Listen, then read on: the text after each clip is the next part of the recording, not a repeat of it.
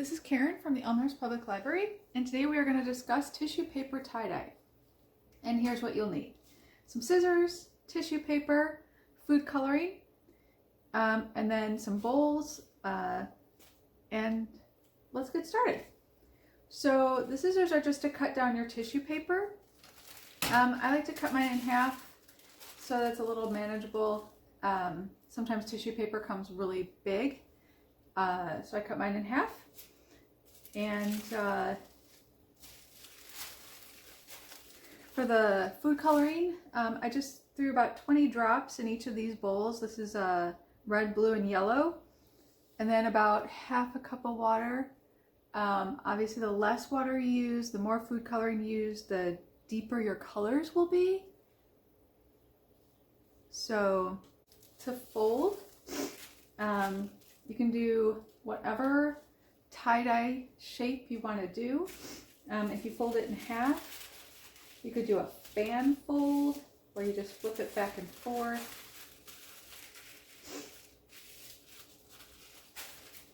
With the gloves on, it's a little harder to fold. You can go back and forth like that. I have a couple examples here. So with this one, I did a fan fold very tightly, folded it all together, and then used a rubber band to hold it together.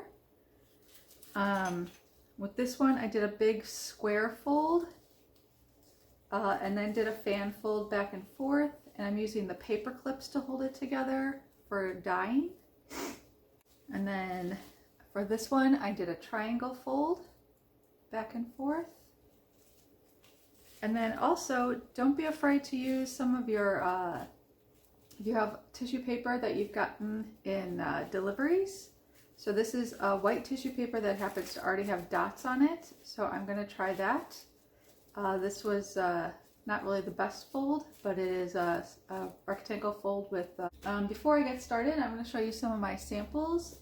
So this was a rectangle fold. It was a fan fold that I did of with 3 colors. It was red, yellow, and green. And it came out pretty well. And then this one is just red and yellow. They do come out very pale. That's part of the very summery look. And this is red, yellow, and blue. Alright, so let's get started. To do these, I think less is more. Because this is paper, the colors will bleed a little bit. They will kind of wick up the paper. So all you do is you just dip it in. The longer you leave it in, the darker it will be, but the more wet your paper will be, the longer it will take to dry. So as you can see, the color is wicking up here a little bit. So before I dip it in any other color, I'm going to set this aside on my plastic, and I'm going to pick up another one and maybe do a little yellow. Do the corners. I'll do 2 corners lightly. So that was just a light dip, and so there's a lot less wicking here. So this will just have very light on the corners. So let me put that aside here, and then just to get a little, maybe I'll put this very deeply in the blue. And so this one you can see, hopefully on the camera, that it's going all the way up. Now with the tissue paper, it is hard to do like an ombre look because the wicking is so fast. If you can do this with cardstock if you wanted, and then you could try and do an ombre look. You would dip it a little longer. And for this one, I think I'm just going to do the one color. I'm going to see how that looks. Maybe I'll dip it just a tiny bit more on this side. and see if I can get it to wick on this side a little bit more to my rubber band here and see how that turns out. Okay, and then this one, let's try some yellow.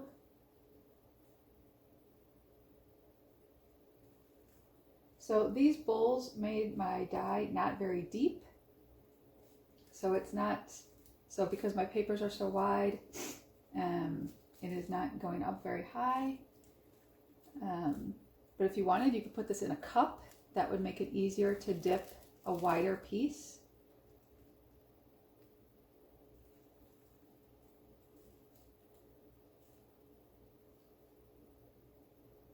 And I'll just do colors. See how this turns out. Okay. Now let me go back to this one. All right, now I got a little blue and my red here, so this is probably now going to become a little bit more purple. Or maybe not.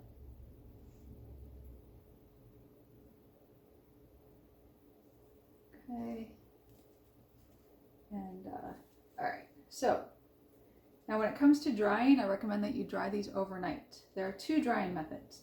You can either let these dry as is, which is how I did my previous examples, or you can carefully unfold them as wet and let them dry unfolded.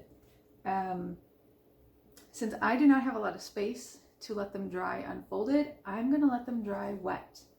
And then once they dry, it will take them longer to dry that way. But once they dry, you carefully peel them apart and then maybe let them dry a little more because the inside could still be wet.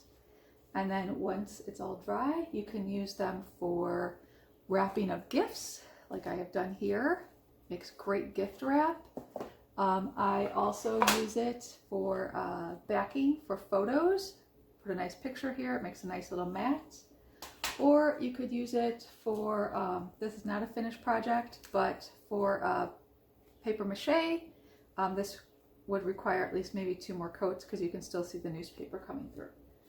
But anyway, that is tissue paper tie-dye. I hope you like it and give it a try.